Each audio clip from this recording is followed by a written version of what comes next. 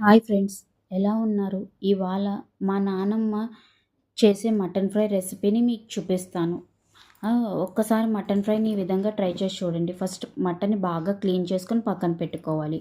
Next ఒక కుక్కర్లో clean చేసిన మటన్, అల్లం వెల్లుల్లి పేస్ట్, ఒక గ్లాస్ వాటర్ వేసుకొని 6 to 7 విజిల్స్ వేయించి పక్కన పెట్టుకోవాలి. ఈ మటన్ ఫ్రై కోసం మసాలా ప్రిపేర్ చేసుకోవాలి. అందుకోసం మిక్సీ జార్లో జీలకర్ర, ధనియాలు, అల్లం,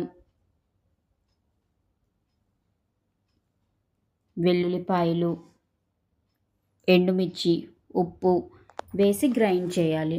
నెక్స్ట్ అందులో ఒక 4 నుంచి 5 ఉల్లిపాయలు వేసి పేస్ట్ కింద చేసి పక్కన పెట్టుకోవాలి.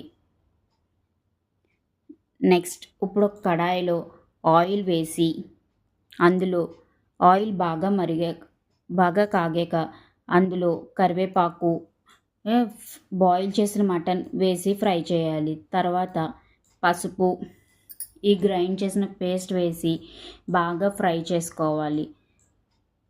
బాగా ఫ్రై చేసుకొని అంటే మటన్ ఫ్రై, యమ్మీ మటన్ ఫ్రై రెడీ అవుతుంది.